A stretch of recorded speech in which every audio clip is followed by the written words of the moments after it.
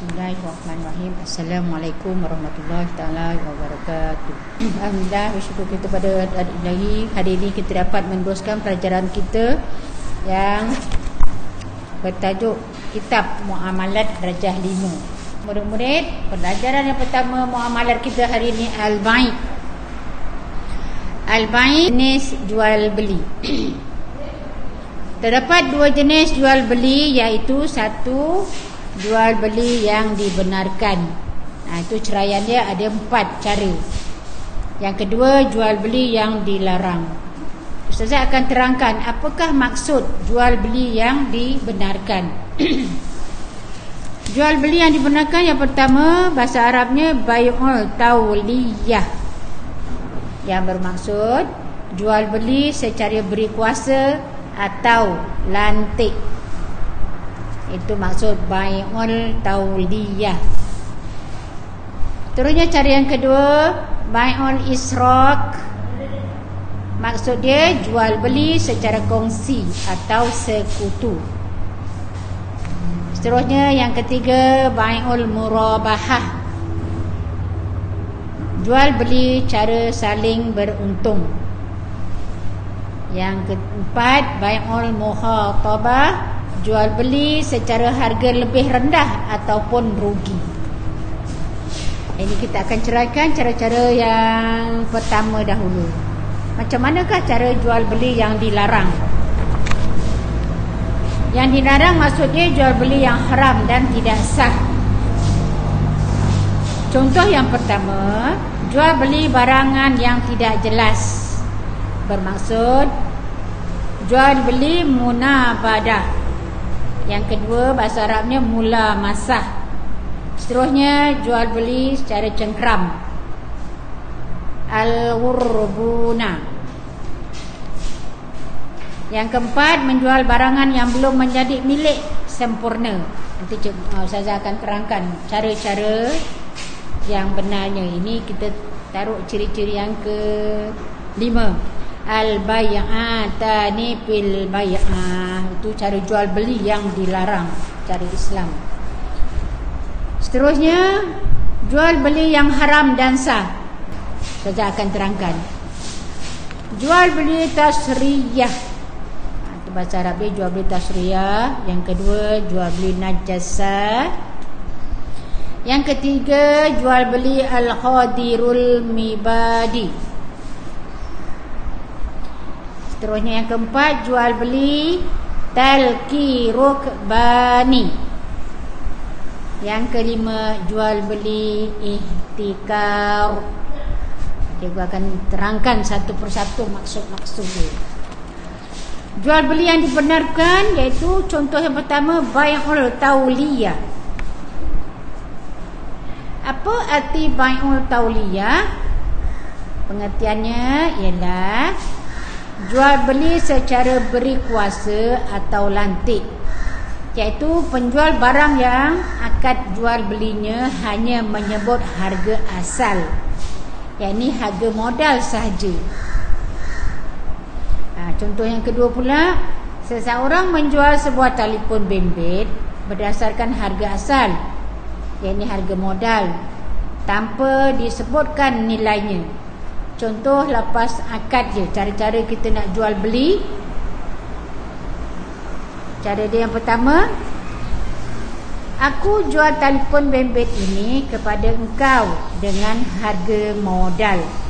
Contoh itulah yang cara-cara kita nak berjual yang cara sah. Pembelinya menjawab, aku beli. Satu lagi mula, aku jual dengan harga modal, aku beli.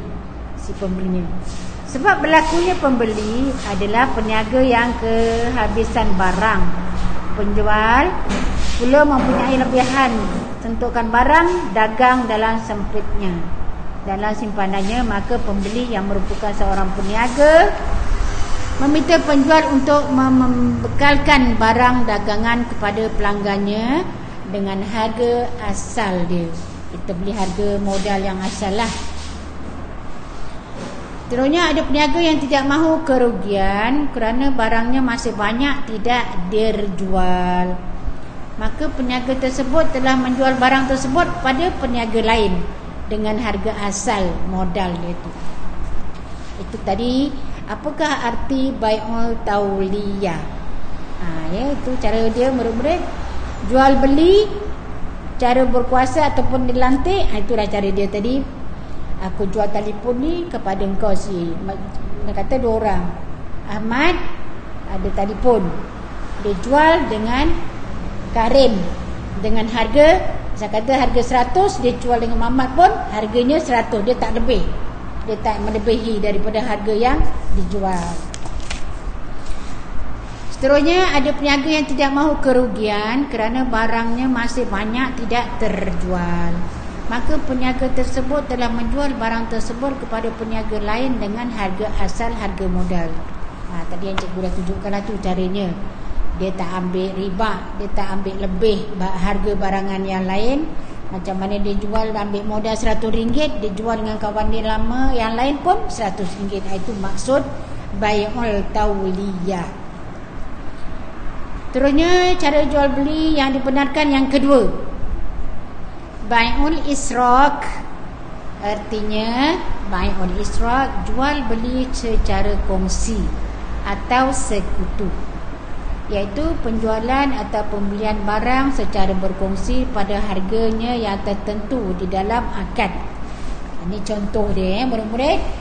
Contohnya, 2 orang yang berkongsi milik sebuah rumah menjual rumahnya kepada orang lain, atau 7 orang pembeli berkongsi memiliki seekor lembu. Contohnya lapas nikah, lapas akadnya. Yang pertama, pemilik rumah pertama, aku berkongsi dengan engkau setengah bahagian pada akad jual rumah itu. Pemilik yang kedua pula, pemilik rumah yang kedua, aku setuju. Sebab berlakunya 2 orang yang memiliki satu barang ingin menjual barang milik mereka. Satu rumah 2 nama. Itu maksud dia macam tu. Satu rumah 2 nama, dia sama-sama setuju.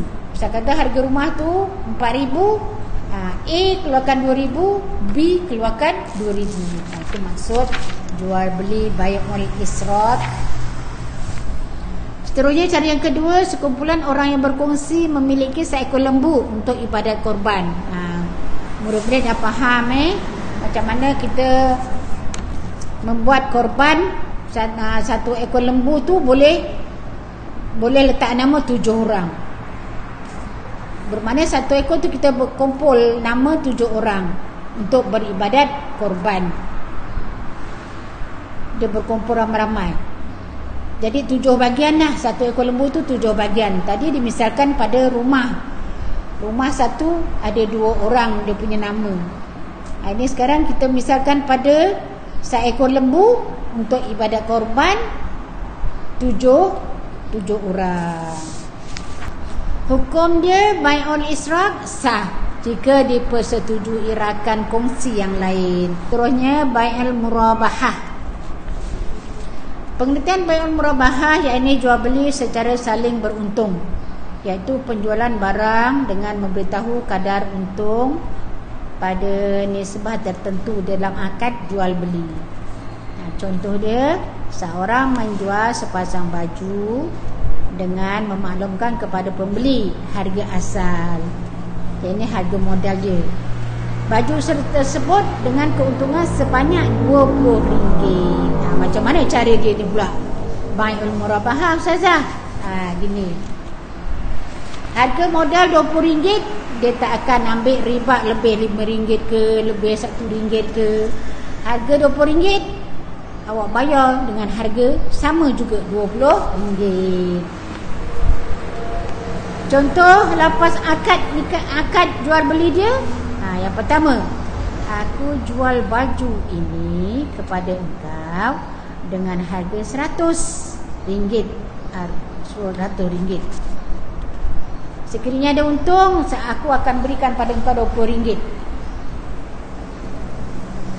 Aku beli harga RM100, untungnya RM20. Pembeli yang pertama cakap tadi, tak apalah, aku belilah dengan harga RM100. Itu cara-cara bai'ul murabahah. Dah 2 cara murid-murid. Tadi yang pertama bai'ul israq. Yang ketiga bai'ul murabahah. Apa pula hukumnya cara-cara kita berjual cara bai'ul murabahah? Hukum bai'ul murabahah sah sekiranya kedua-dua pihak penjual dan pembeli bersetuju dengan harga yang telah disebut di dalam akad penjualan tadi. Apa benda kelebihan dia pula cara-cara kita buat macam tu? Kelebihan dia, akad yang jelas menerangkan kadar keuntungan dapat merangsang perniagaan. Budaya niaga yang banyak boleh meningkatkan daya saingan. Itu yang ketiga. Cara-cara yang keempat pula bai'ul muhatabah. Bai'ul muhatabah artinya jual beli secara harga rendah atau rugi, iaitu penjual barang dengan memberitahu kadar harga yang lebih rendah dengan harga asal, iaitu harga modal dalam akad jual beli. Contohnya, seorang menjual sebuah jam tangan dengan harga lebih rendah dari harga dia beli. Dimaklumkan dalam akad, contoh lepas akad jual beli dia seperti, aku jual jam tangan ini yang aku beli dengan harga RM100 kepada engkau, tetapi aku kurangkan RM10 dengan harga RM90. Itu cara bai'ul muhatabah. Pembeli pun menjawablah, aku beli dengan harga RM90. Sebab berlakunya para peniaga, kenapa pula sebab berlaku macam tu cara-cara dia? Satu, para peniaga ingat menghabiskan sesuatu lama, iaitu contohnya jual di musim perayaan atau hujung tahun. Kedua, para peniaga telah mendapat keuntungan di awal musim penjualannya dan ingin menghabiskan baki jualan bagi menambah keuntungannya sedia ada. Terusnya cara yang ketiga, para peniaga ingin merangsangkan jualan kerana baki barang jualan terlalu banyak tetapi pembeliannya kurang memilikinya. Hukum bai'ul muhatabah sah jika dipersetujui oleh kedua-dua pihak. Kita menjual cara-cara yang telah ditetapkan oleh hukum syarak ni, hendaklah kita lakukan dengan betul, jual beli. Itulah tadi yang dapat Ustazah terangkan, cara-cara jual beli. Jenis-jenis jual beli ada dua, jual beli yang dibenarkan, jual beli yang dilarang. Wabillahi taufiq wal hidayah. Assalamualaikum warahmatullahi taala wabarakatuh.